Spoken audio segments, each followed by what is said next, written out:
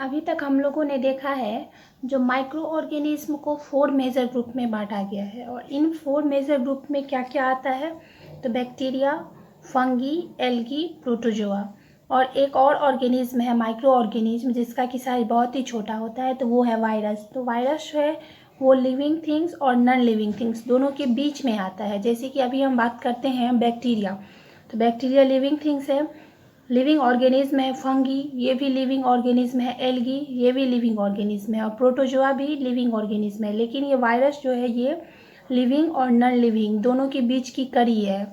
Virus को हम कभी लिविंग थिंग्स भी बोल सकते हैं, कभी नॉन लिविंग भी बोल सकते हैं। तो इसलिए वायरस को इन ग्रुपों से अलग रखा गया है। और हम इसमें सबसे पहला देखे थे बैक्टीरिया के बारे में। तो बैक्टीरिया सिंगल सेल ऑर्गेनिज्म होता है। ये सिर्फ एक सेल से बना हुआ और सबसे पहले बैक्टीरिया का ही निर्माण हुआ है। और बैक्टीरिया अलग अलग शेप और साइज़ के होते हैं और बैक्टीरिया हर जगह पाए जा सकते हैं, एयर हो, वाटर हो, सॉइल हो, इनसाइड बॉडी, आउटसाइड बॉडी, कहीं पे भी। तो आज हम बैक्टीरिया हमारे लिए यूज़फुल भी है और हार्मफुल भी है। तो आज हम देखेंगे बैक्टीरिया हमारे लिए यूज़फुल कैसे है और कौन कौन सा बैक्टीरिया हमारे लिए यूज़फुल है, इसको देखते हैं। तो यूज़फुल बैक्टीरिया देखना है पहले। तो बैक्टीरिया का यूज़ कहाँ कहाँ पे होता है, तो सबसे पहले इसमें दिया गया है मेडिसिन के क्षेत्र में बैक्टीरिया का यूज़ होता है, मेडिसिन बनाने में यूज़ होता है। फिर दूसरा है वैक्सीन बनाने में बैक्टीरिया का यूज़ होता है। फिर आगे दिया गया है इंडस्ट्री में भी बैक्टीरिया का इस्तेमाल होता है। तो 1 बाय 1 सबका देख रहे हैं। तो मेडिसिन बनाने में मेडिसिन में कौन कौन सा ऐसा काम है जो कि हम बैक्टीरिया की हेल्प से करते हैं, तो वो यहाँ दिया गया है। ये कल भी बताया गया था।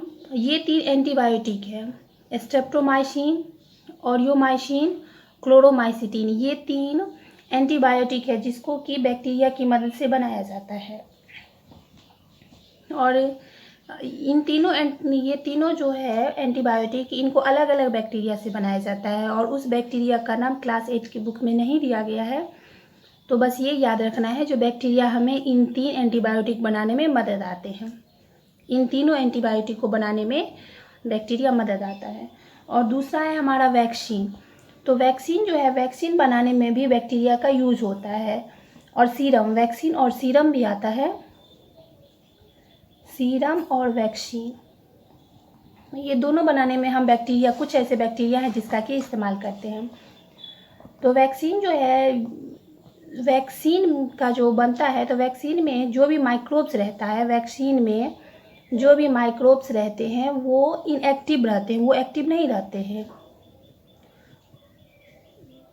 कुछ ऐसे बैक्टीरिया हैं जिनका कि उपयोग वैक्सीन बनाने में किया जाता है और वो बैक्टीरिया वैक्सीन में जब इस्तेमाल किए जाते हैं तो वो बैक्टीरिया एक्टिव नहीं रहते हैं, वो इनएक्टिव रहते हैं, यानी कि वो अपने आप को रिप्रोड्यूस नहीं कर सकते हैं। और जब इस वैक्सीन को किसी के बॉडी में डाला जाता है, बॉडी में डालने के बाद भी वो इनएक्टिव पोजीशन में ही रहता है। ये एक्टिव कब होता है, तो जब उसके बॉडी में जिस किसी डिजीज़ का वैक्सीन डाला जाएगा, पहले से डाला रहता है, तो अगर उसको वो टाइप का अगर कोई वायरस या बैक्टीरिया अटैक करता है, तब ये वैक्सीन जो है वो एक्टिव में आ जाता है, यानी कि तब वो उसको मार देता है। जैसे अभी हम बात करते हैं पोलियो का जो वैक्सीन होता है, तो वो वैक्सीन पहले ही डाल दिया जाता है। ऐसा तो नहीं है कि जब किसी व्यक्ति को पोलियो होता है तब उसको वैक्सीन डाला जाता है, नहीं। वैक्सीन पहले से ही हेल्दी आदमी में को दिया जाता है। कोई भी हेल्दी पर्सन को ही वैक्सीन दिया जाता है। तो जब पोलियो का वैक्सीन किसी हेल्दी पर्सन को दिया गया है तो वो वैक्सीन क्या है, इनएक्टिव पोजीशन में है। लेकिन अगर कभी पोलियो का जो माइक्रोब्स है वो माइक्रोब्स उस बॉडी के अंदर इंटर करता है, तो पहले से जो उसके बॉडी में वैक्सीन दिया रहता है वो एक्टिव फॉर्म में आ जाता है और पोलियो का जो वायरस है या जो पोलियो का जो माइक्रोब्स है उसको ये वैक्सीन मार देता है। तो वैक्सीन ऐसे ही काम करता है किसी भी बॉडी के अंदर। तो ये बात याद रखना है, वैक्सीन जो है हेल्दी पर्सन को ही दिया जाता है। तो कुछ वैक्सीन बनाने में भी बैक्टीरिया का इस्तेमाल होता है,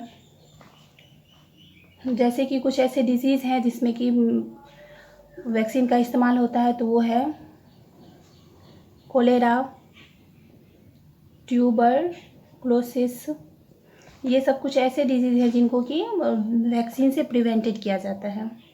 इनको वैक्सीन डाल के प्रिवेंट किया जाता है। यानी कि अगर किसी व्यक्ति को वैक्सीन डाल दिया जाता है, किसी व्यक्ति को कोलेरा या ट्यूबरक्लोसिस का वैक्सीन डाल दिया जाता है, तो फ्यूचर में अगर कभी उस बॉडी के अंदर कोलेरा या ट्यूबरक्लोसिस नाम का कोई भी माइक्रोब्स इंटर करेगा तो वायरस, तो वैक्सीन क्या करेगा, एक्टिव होके उस माइक्रोब्स को मार देगा और उस पर्सन को कोलेरा और ट्यूबरक्लोसिस कभी नहीं होगा।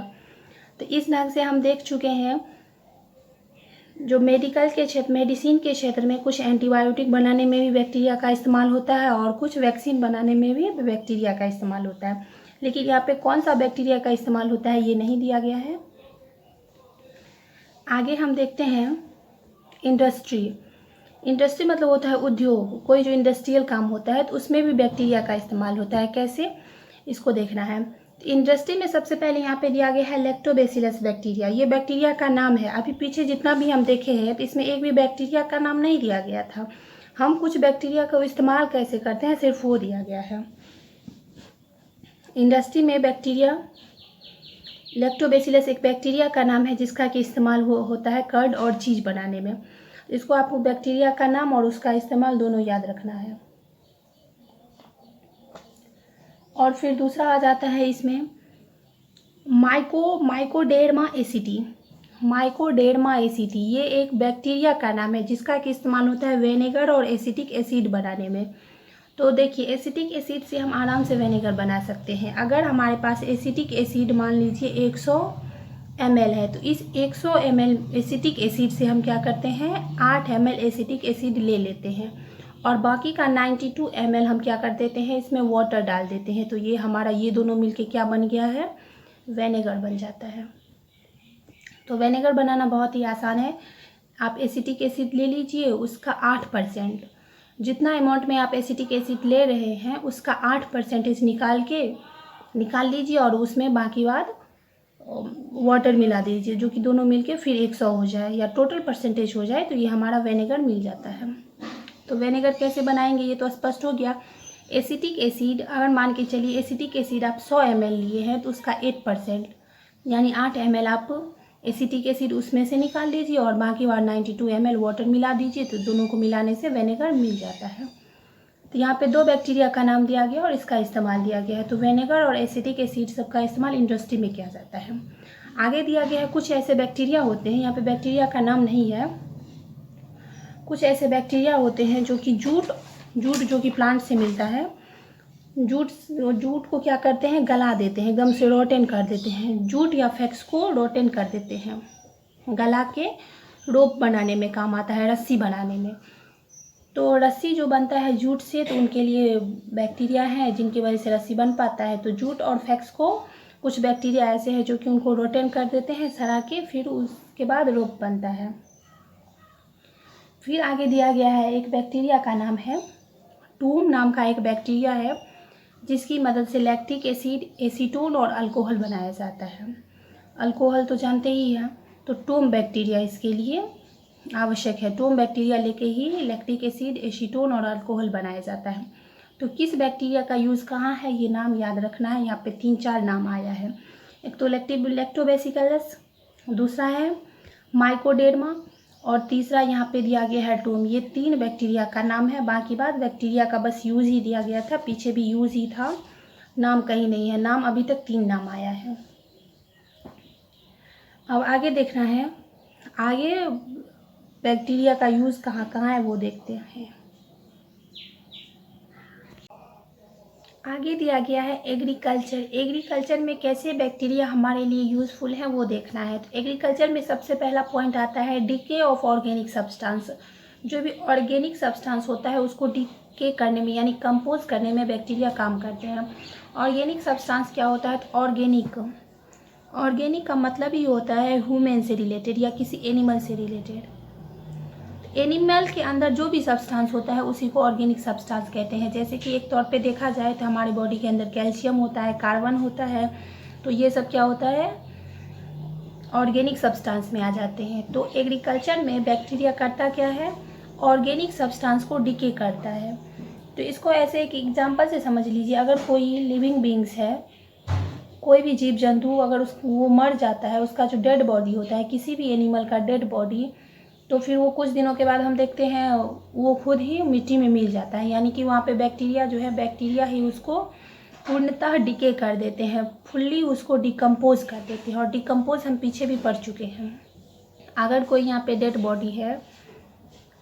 बॉडी है, मान के चलिए एक यहाँ पे कैट का ही डेड बॉडी है, तो कोई ऐसा बर्ड्स आएगा जो कि इसके डेड बॉडी को खाएगा, कुछ बॉडी को खाएगा, कुछ पार्ट रह जाएगा। तो वो जो छोटा सा पार्ट रह जाता है, बहुत छोटा पार्ट, जो कि बर्ड्स कौवा सब नहीं खाता है, तो वो पार्ट पे फिर क्या होता है, बैक्टीरिया उसको एकदम अच्छे से डिके करके मिट्टी में ही फिर मिला देते हैं। और इससे होता क्या है, ये डेड बॉडी जो भी है, उस बॉडी में प्रोटीन रहता है, हर एनिमल्स के बॉडी में प्रोटीन रहता है। तो वो प्रोटीन को इस बैक्टीरिया क्या करता है, अगेन उस मिट्टी में मिला देता है। बैक्टीरिया अगेन उस मिट्टी में मिला देता है। तो ये हमारे लिए बहुत ही यूज़फुल होता है। आगे फिर दिया गया है इसका फिर रिसाइकलिंग ऑफ मैटर। किसी भी मैटर का जो रिसाइकल होता है, रिसाइकलिंग ऑफ मैटर, इसमें भी बैक्टीरिया काम करते हैं। ये एकदम से आपका हो गया कंपोस्ट और डिकम्पोस्ट जो पढ़े हैं उसी तौर में, उसमें जो है बैक्टीरिया ही अहम भूमिका निभाता है। कोई भी सब्सटेंस जो ख़राब हो जाता है, जैसे कि हम बोले फ्रूट्स, वेजिटेबल, कच्चा वाला अगर सड़ जाए तो इसको कहीं पे फेंक देते हैं, तो कुछ दिनों के बाद वो खुद भी गल के उस मिट्टी में चला जाता है। तो रिसाइकलिंग करने में भी जो है बैक्टीरिया काम करता है। अब यहाँ पे एक टर्म आता है नाइट्रिफिकेशन। नाइट्रिफिकेशन में भी जो बैक्टीरिया का बहुत बड़ा योगदान है। तो नाइट्रिफिकेशन क्या चीज़ है, इसमें थोड़ा ज़्यादा ध्यान देना पड़ेगा।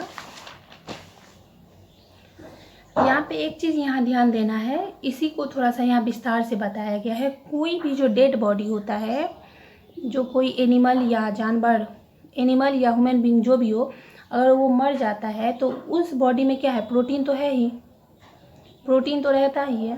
तो इस प्रोटीन को एक ऐसे बैक्टीरिया है जो कि अमोनिया में बदल देते हैं, प्रोटीन को अमोनिया में बदल देता है। तो प्रोटीन को जो बैक्टीरिया अमोनिया में बदलता है उसका नाम है अमोनिफाइंग बैक्टीरिया। इसको ध्यान देना है कैसे कैसे डिकम्पोज हो रहा है, उस चीज़ को यहाँ पे ध्यान देना है। तो नाइट्रिफिकेशन इसका नाम है, धीरे धीरे समझ जाएंगे। सबसे पहले ये समझिए, कोई भी जो डेड बॉडीज़ है किसी एनिमल्स का, तो उसमें प्रोटीन है, तो उस प्रोटीन को अमोनिया में बदला जाता है। तो उस प्रोटीन को अमोनिया में बदलना किसके वजह से होता है, अमोनिफाइंग बैक्टीरिया की वजह से प्रोटीन अमोनिया में बदल जाता है। और ये जो प्रोसेस कहलाता है, ये जो प्रोसेस है, the process of conversion of protein into ammonia, ये जो प्रोसेस है प्रोटीन से अमोनिया में चेंज होने का, इस प्रोसेस को क्या कहते हैं,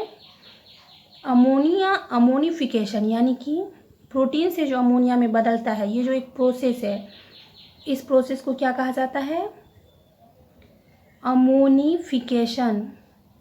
ये याद रखिएगा।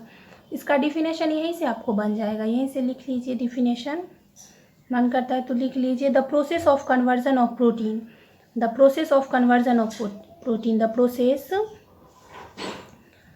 Process of conversion of protein into ammonia is called ammonification. Protein से जो अमोनिया में बदलता है अमोनिफाइंग बैक्टीरिया की वजह से, इसी प्रोसेस को हम अमोनिफिकेशन कहते हैं। उसके बाद यही नहीं, अमोनिया के बाद फिर आगे बढ़ना है, अमोनिया से नाइट्रेट में बदलता है, नाइट्रेट में, नाइट्राइट्स है यहाँ पे, नाइट्राइट्स में, अमोनिया से जो नाइट्राइट्स में बदलता है, तो इसके लिए भी एक बैक्टीरिया काम करता है। उस बैक्टीरिया का नाम है नाइट्रोसोमोनस। नाइट्रोसोमोनस एक बैक्टीरिया है, जो बैक्टीरिया क्या करता है, अमोनिया को नाइट्रेट में बदल देता है। और यही नहीं, फिर इस नाइट्रेट के बाद फिर एक बैक्टीरिया है, इस नाइट्रेट के बाद फिर एक बैक्टीरिया है जो कि इस नाइट्रेट को नाइट्राइट्स में बदल देता है, नाइट्राइट्स में बदल देता है। तो ये यहाँ पे जो बैक्टीरिया है उस बैक्टीरिया का नाम है, वो एक ग्रुप का बैक्टीरिया है, समूह के बैक्टीरिया है सीधे, और तो इसका नाम है नाइट्रोबैक्टर। नाइट्रोबैक्टर। तो नाइट्रोबैक्टर करता क्या है, ये नाइट्राइट्स को नाइट्रेट्स में बदल देता है। अब आया बात फाइनल, अब हम पहुंच गए हैं नाइट्रेट्स में, यानी कि नाइट्रेट्स तक आ गए हैं। अब यहीं पे रह जाना है, आगे नहीं जाना है। तो नाइट्रेट्स तो आ गया, लेकिन नाइट्रेट्स का काम क्या है, जो काम नाइट्रेट्स का है वो नाइट्राइट्स क्यों नहीं किया, या वो अमोनिया क्यों नहीं किया, उसको हम देखते हैं। नाइट्राइट्स जो है इसका काम होता है फर्टिलिटी को बढ़ाना। सॉइल का जो फर्टिलिटी बढ़ता है तो वो नाइट्रेट्स की वजह से ही बढ़ता है। इंक्रीज सॉइल फर्टिलिटी, यानी कि हमारे सॉइल में नाइट्राइट्स ही चाहिए जिससे कि हमारा फर्टिलिटी बढ़े। तो इस नाइट्राइट्स को फिर से अगेन फाइंड करने के लिए इतने सारे बैक्टीरिया हैं जो कि हमारी मदद करते हैं। हम कहते हैं ना, जैसे अभी ऊपर ही हम देखे थे डिके करने में, तो डिके का प्रोसेस कैसे होता है, अगर कोई एनिमल मर जाता है तो हम कहते हैं एनिमल अगर कोई मर गया है तो उससे क्या होता है, सॉइल का फर्टिलिटी बढ़ता है। तो ये फर्टिलिटी कैसे बढ़ता है, कौन कौन से इसमें बैक्टीरिया अपना योगदान देते हैं, वो पूरा यहाँ पे दिया गया है। इसको एक बार फिर से समझ लीजिए। सबसे पहले कोई डेड बॉडी है, उसमें प्रोटीन है, उस प्रोटीन को अमोनीफाइंग बैक्टीरिया अमोनिया में बदल देता है। और ये जो प्रोसेस है प्रोटीन को अमोनिया में बदलने का, इस प्रोसेस को कहते हैं अमोनिफिकेशन। फिर इस अमोनिया को नाइट्रोसोमस नाम का एक बैक्टीरिया है जो कि नाइट्राइट्स में बदलता है। और फिर एक ग्रुप है, ग्रुप मतलब समूह होता है, इसमें और भी बहुत सारे बैक्टीरिया है, लेकिन एक ग्रुप है नाइट्रोबैक्टर, बैक्टीरिया का एक ग्रुप है। वो बैक्टीरिया क्या करता है, नाइट्राइट्स को नाइट्रेट्स में बदल देता है। और नाइट्रेट्स क्या करते हैं, हमारे सॉइल को फर्टाइल ज़्यादा बनाते हैं। यहाँ पे एक चीज़ और ध्यान देना है, अमोनिया से जो ये नाइट्राइट्स बना है, इस प्रोसेस को हम क्या कहते हैं, नाइट्रिफिकेशन। इस प्रोसेस को नाइट्रिफिकेशन कहा जाता है। यानी कि यहाँ से हम नाइट्रिफिकेशन का भी डिफिनेशन निकाल सकते हैं ऊपर से ही, the process of conversion of ammonia into nitrites is called nitrification. तो यहाँ तक इसको याद कर लीजिए।